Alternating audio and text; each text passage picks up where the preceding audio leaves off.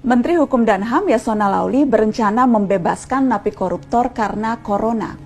Alasan utamanya, lapas yang kelebihan kapasitas akan membuat penyebaran virus ini tidak terkendali dan jika satu tertular akan membahayakan semua. Menurut hitung-hitungan Yasona, minimal 30.000 napi akan bebas. Itu belum termasuk napi koruptor yang akan mendapatkan berkah pembebasan juga. Yasona bahkan akan merevisi PP untuk meloloskan 300-an napi koruptor yang usianya di atas 60 tahun dan telah menjalani 2/3 masa hukuman. Mari kita bedah. Oke, secara prinsip alasan ini bisa diterima, masuk akal, dan memang ini praktek yang juga sudah dilakukan di negara-negara lain dalam merespon pandemik ini.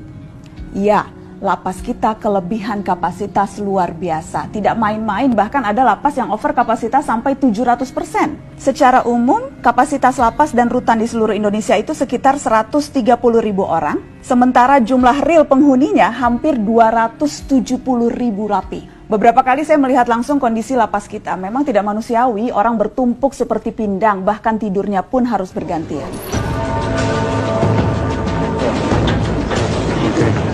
Assalamualaikum.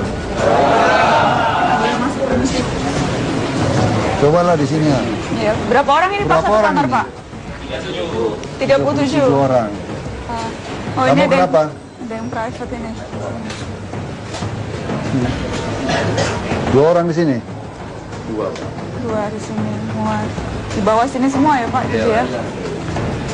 Tetap aja udaranya di dalam panas itu walaupun pakai kipas angin. Iya, apalagi karena banyak orang kan. Banyak orang ini. Panas.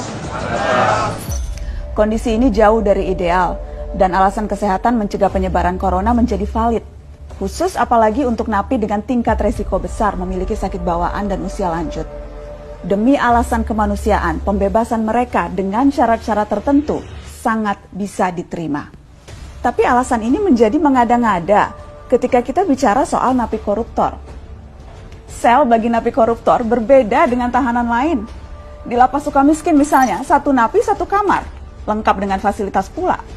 Alih-alih berdesakan dengan napi lain sehingga bisa tertular corona, para koruptor di Sukamiskin bahkan ada yang bisa mandi air panas dengan water heater di kamar mandi pribadi dan olahraga di dalam sel eksklusif mereka. Dan kondisi ini bukan hanya di lapas Sukamiskin. Sebutlah di lapas Tanjung Gusta, Sumatera Utara. Sel napi koruptor di sana jauh lebih nyaman. Menteri Yasona sendiri yang mengakui kebijakan umumnya di seluruh Indonesia, sel napi koruptor dipisahkan dengan napi umum. Jadi rata-rata mereka mendapatkan tempat tidur masing-masing dan juga ruangan sel yang masih memadai dibandingkan dengan napi lain. Assalamualaikum. Kita buka sepatu ya.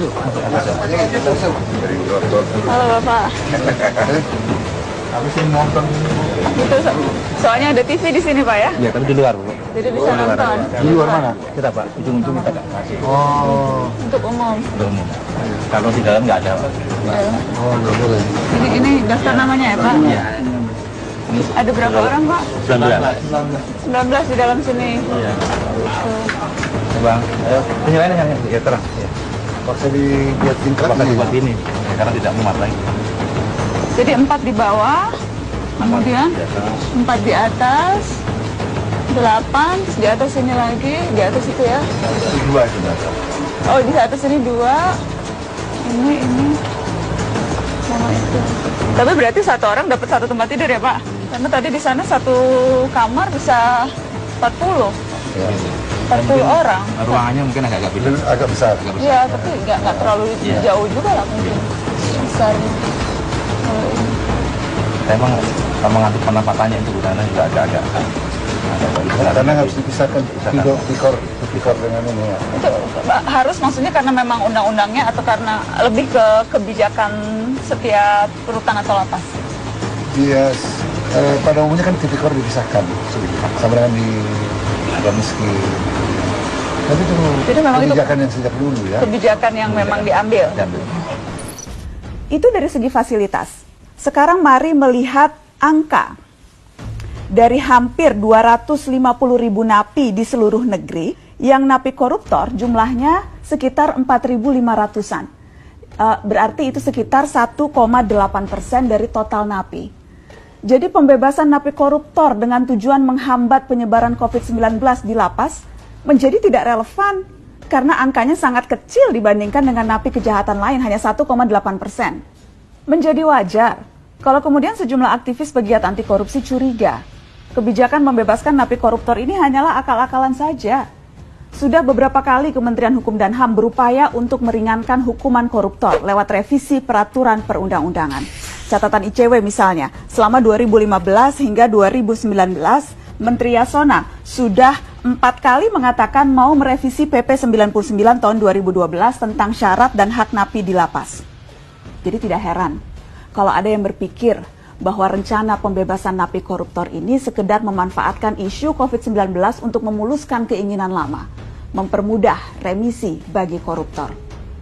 Jadi, Pak Menteri yang terhormat, supaya kita tidak curiga macam-macam, coba dibuka dulu ke publik.